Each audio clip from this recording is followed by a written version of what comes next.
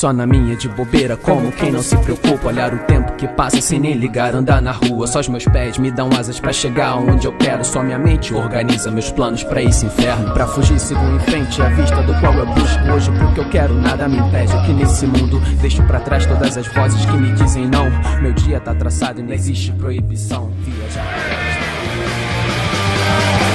Cada vez que el tiempo mata los segundos, una vida pasa delante de mí.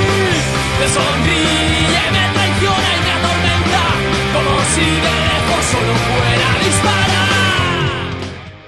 Washing one's hands of the conflict between the powerless and the powerful means always to side with the powerful.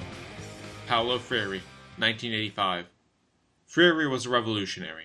He transformed education for the impoverished and training for educators, and envisioned education as the seedbed of large-scale revolution for a more equal society.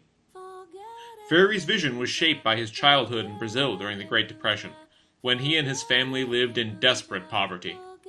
He was too distracted by hunger to pay attention in school, and his province was so poor that violent bandits called cangaçal became folk heroes. He and his family were among the lucky few who struggled back up from the slums. Freire achieved PhDs in law and in philosophy, and was set to become one of Brazil's governing elite early in his life. Tortured by his conscience, however, he found himself teaching instead, and there met his wife. They devoted their lives together to education among the peasants, bringing literacy, numeracy, self-confidence, and access to poor farmers and to their children. Freire experienced harrowing days and nights of fearing police retribution for his activism. He encountered the terrible effects of superstition, ignorance, poverty, and oppression. And he discovered the role that education, or lack of it, played in that oppression. He decided that education itself was an ideological act, which crippled or empowered the people who received it. Freire called the standard oppressive methods of education the banking model. By seeing the teacher as a kind of depositor to the student's information bank, the students become passive, helpless, almost irrelevant.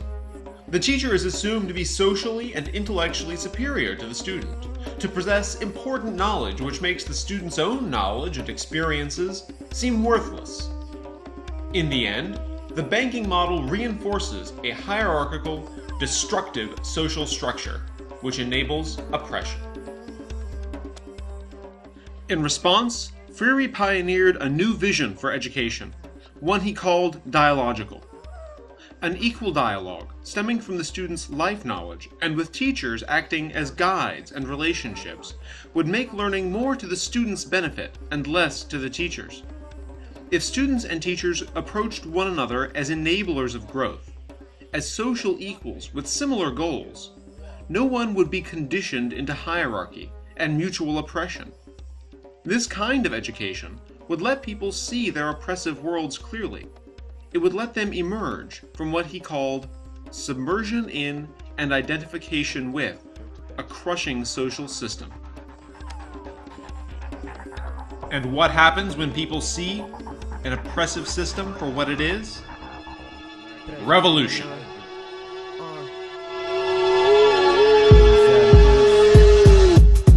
Pronto pro combate nesse dia previsível, meus planos feitos antes do momento decisivo. And revolution is ultimately what Freire wanted, believed was necessary. The oppression of the Third World and the self-destructive privilege of the First would collapse before a generation whose very model of education would teach them respect, dignity, and community. He called the final step of dialogical education in any subject conscientization. Its transformation from a subject of passive learning to a subject of conscious change. He believed that when education embraced his model, students would begin to apply their realizations and their education in a positive and effective way to changing the world around them to be more in line with their moral conscience. Freire pioneered many specific techniques we understand today that were resoundingly successful. The idea of a reading circle, the coded teaching tool, the model of praxis. But he wasn't just trying to change how we taught the poor, or the underprivileged, or reading.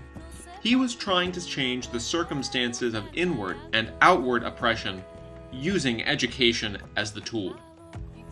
That's why Freire called education a task for radicals, and not just any profession.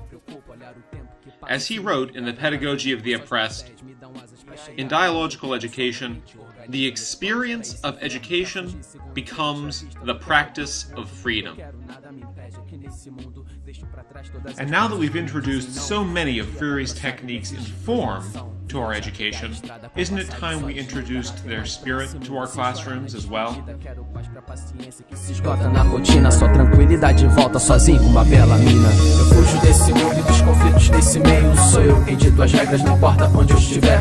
Dragões contra minha paz, faço tudo só com o que tenho. O selva não me consome, hoje eu posso o que eu quiser. Eu fujo desse mundo e dos conflitos desse meio. Sou eu quem dito as regras, não importa onde eu estiver. Dragões contra minha paz, faço tudo só com o que tenho. O selva não me consome, hoje eu posso o que